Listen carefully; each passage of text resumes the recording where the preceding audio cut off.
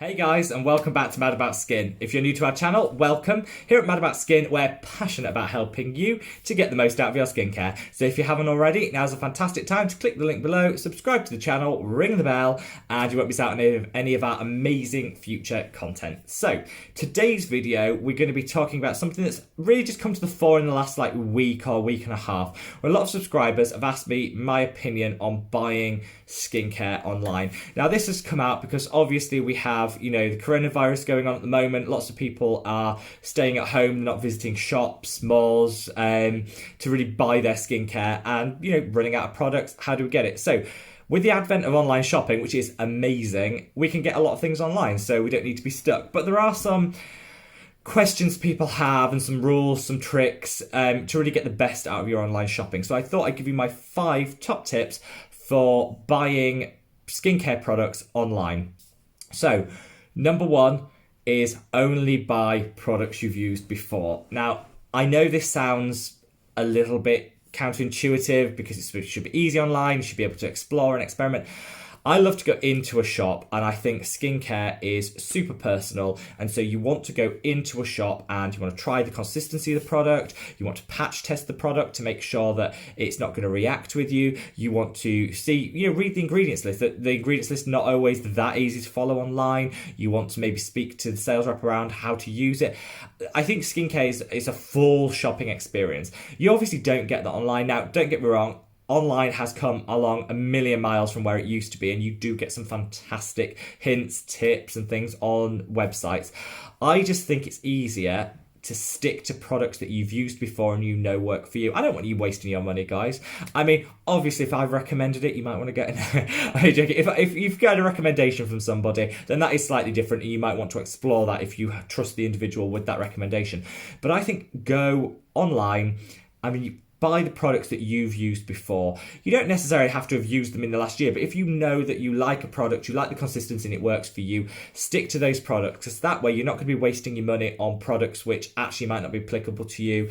It's harder to return things that you bought online, especially if you've opened them and used them. So just these things I think to be careful of, and make sure you're buying from product lines that you've used before and you enjoy. So that's, I think, tip number 1. Number 2 is shop around. If you're going to be buying online, this baffles me. I see people just buying from the same, I always shop at Ulta, so I'm shopping at Ulta online. Why? Shop around. The benefit of online shopping is you don't need to walk from store to store to store to check the individual price of each item. Shop online. You can shop around, you can get the best price, and there's some fantastic deals. One of our amazing followers to this channel, Kelly, she highlighted to me a fantastic deal on my favourite cleanser, which is the Ceramic Slip Cleanser by Sunday Riley. That is a bougie price tag cleanser, but it is really good. And it was 50% off when I bought it the other day. Fantastic. If you've got the deal, get the deal. Don't be lazy and put it all in one basket at one online shop, because you're not going to get the best. I think third point is buy from a trusted supplier, and I know sometimes this goes without saying, but if you go to a marketplace like Amazon, do you know the person who's selling that product? If it's Amazon itself, you might be absolutely fine. But if it's going through a marketplace and a third party, just make sure you know the supplier. We all trust some of our high street brands, and I think we trust them because they have a physical store. So if it all goes wrong, once the coronavirus is gone and we're not isolated anymore, you can go out and you can have a go at the shop assistant and get your money back in store. So you have that added benefit. But it doesn't have to have a bricks and mortar, a physical presence for you to trust a brand. I think there's some fantastic online-only brands. Just make sure you trust them. Get a recommendation from a friend, a family member, an influencer online that you trust. Go with them and make sure you've got the right, that you trust the brand that you're buying from. Because obviously you want the right product to be shipped. You want it to be shipped in time with what they promise to be able to deliver, and you want it to come properly packaged. I've ordered things online that have come damaged. With skincare, I think if it's damaged, if the seal's broken, toss it out. You can't use that, and that's in effect wasted money, particularly if it's not easy to return. So definitely make sure you have a trusted supplier that you go to buy your skincare products.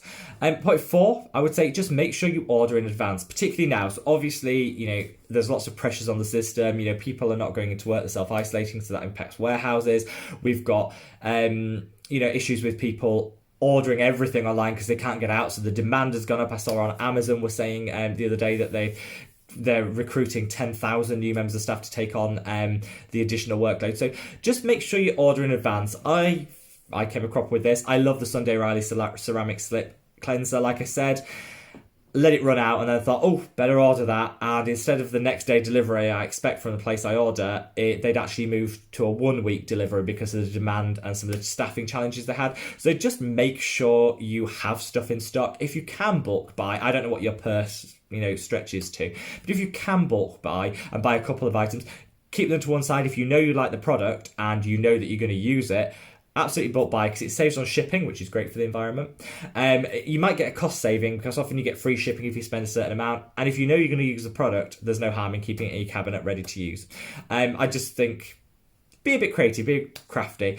And fifth and final, and I think this actually is probably the most important thing, is check the returns policy on your online store. So lots of the high street brands which now have an online presence will give you free returns. They will offer, if you don't like the product, money back. There's some fantastic things out there. Just be really careful and make sure you read the small print. I'll tell you, so I got a product from a reasonably well-known marketplace. Now, I'm not going to name and shame them because they've actually changed this practice now, and I don't think, if they've improved on the back of feedback, I think that's absolutely fair. So I'm not going to name and shame them, but I wanted to return a product which came, the seal was broken. And I had such a hassle in being able to return that product because they said that I'd opened the seal. There was no proof that the package itself had been tampered with, so it hadn't happened in the mail. So it must have happened when I got it. There were lots of questions and stuff. Now they've gone to a no quibbles return policy, which is fantastic and what everybody should be offering. But it was really difficult to return the product. And in the end, I didn't return it because there was so much hassle, and I thought it's only £12. It's only £12, but that's my money, and I wasn't able to use the product. So just be really careful on your returns policy and make sure that they have a no quibbles return policy. Some even go as far as say if you don't like the product, nothing wrong with it, but if you don't like it, you can return it. That's like the gold standard. Don't expect that. If you've got it, fantastic, but don't expect it. But definitely look for a no quibbles and a no complaints policy and returns policy, because you want to be able to return the product if it's faulty or doesn't come as it's planned. So that's my 5 tips for shopping online. Now, a lot of those I hope will be common knowledge and seem quite easy. The reason I wanted to address it is I had quite a few people saying, is it okay to buy skincare on Amazon? Is it okay to buy on this? Absolutely. Go out. It's there for our convenience. It's easier to shop around. You don't have to leave the house. So times like these, it's absolutely fantastic. Go out there and do shop online. I will just leave 2 caveats that, obviously businesses are struggling at the moment. They're not getting the footfall. A lot of local businesses are closing. I won't worry too much about the drugstore. They've got millions of pounds in the bank and they're fine. But some of our local chemists, some of our local suppliers are really struggling. So if you can get out and you do, it's fine to do so, then support our local businesses, because I do love online shopping, but I do think there are lots of people with great businesses that offer great face-to-face service, and we're losing that because we are totally going online. So I do think where you can, support our local businesses, because I think that's a fantastic just a fantastic habit to get into. And also I love the experience of shopping for skincare. I'm a bit of an addict and I love to go to the shop to experience it, to see what's there, the new things, try things on. Literally, I can't go through, my partner goes mad with me because I can't go through a store without smelling every single thing, putting it on my hand, trying everything.